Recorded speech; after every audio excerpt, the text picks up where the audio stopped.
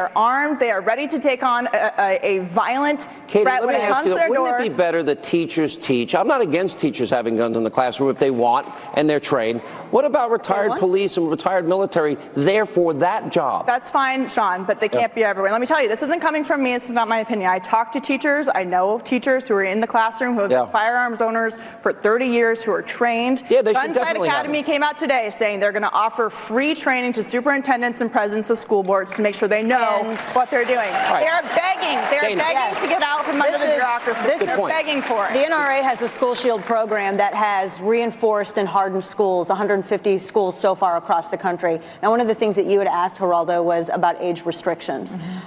Do you think Sutherland Springs murderer was 27 years old? Are you telling everyone here that you think that making this guy wait a couple of years is going to solve his psychosis? I am telling you that Saturday night I sat this close to the President of the United States, who described to me the nature of the wounds of those children in that hospital. He was so wait a second. He was so deeply impressed and moved and troubled. So he has now adopted this juvenile assault weapons ban as part of his program. We need to do something. It won't solve the problem, but the NRA, if it doesn't want to be on the junk heap of history, will adopt this modest reform. Right, one at a time. That spin is one of the reasons. That spin is one of the reasons why Dan and I are at NRATV. Do you want to do nothing? Do you want to do nothing? Do you want to just do nothing? Geraldo! Just leave it the way it is. Do you want a solution or do you want to scream? No. First off, this is why Dan and I. Let's make sure our audience at home can hear. Go ahead. You agreed we ought to have armed guards, police retired. Okay, so everybody here agrees with that. So they want to do something. I had a vice principal who, in the summertime, was a New York State trooper. He would be, and he was a football coach. He's a perfect guy to have a weapon. He's trained, in school. He's licensed. In school. All right, Dana, go ahead, make your point. What about 20-year-old women like me who didn't live at home? Yeah, I lived out on my own. Katie and I were not 21. And we lived at home alone. How can you argue? Are you saying that we can't that a pistol is just as deadly as an AR-15? You could. Why don't you argue that with something other than an assault weapon? So it's okay if somebody has something chambered in .223, but I mean, if crying out loud, I don't think you first off understand ballistics or understand firearms. Number one. Number two. 30 assignments. 30 assignments in Iraq and Afghanistan, and I don't understand ballistics. Do you want me to take you shooting? All right, hang on. Let's bring one at a time. Katie, go ahead. The reason why the age limit for handguns is different than the age limit for semi-automatic rifles is due to the 1968 Firearms Act. And the reason why handguns are 21 is because Congress at the time focused on the fact that handguns were used in the majority of crimes. Well, that is still the case today, which is why the numbers still stand. That was Virginia Tech.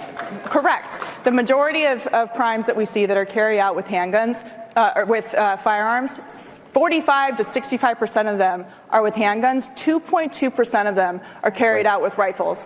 The other thing I want to address. 5 out of 6 massacres, last massacres. I didn't talk over you, Geraldo. Let me just finish my point. You talk about. You just admitting that what you're calling a juvenile assault weapons ban won't solve a problem. You're not allowed to infringe on people's constitutional rights if it won't solve a problem. Dan Bongino. Hang on, then we'll go to Geraldo. I'll give you the last word. Real quick. It is a small step, but it is a positive step. And you just said it won't solve anything. Sean, this entire debate is based on a faulty premise that I think, Geraldo, you're falling into this trap, okay? Criminals don't give a crap about gun laws, okay? They don't care. Guys, listen, what is the defining characteristic of a criminal? They are outlaws. They don't care about rape laws, robbery laws, burglary laws, gun laws. You are not slowing them down. I was in the streets. This is the same defeatist attitude that prevents us from doing anything. It's not defeatist. It won't solve the whole problem, so we won't do anything. Geraldo, wait, just focus on me for 1 second. We agree that if we put retired police and military in the schools, we do threat assessments. Background check.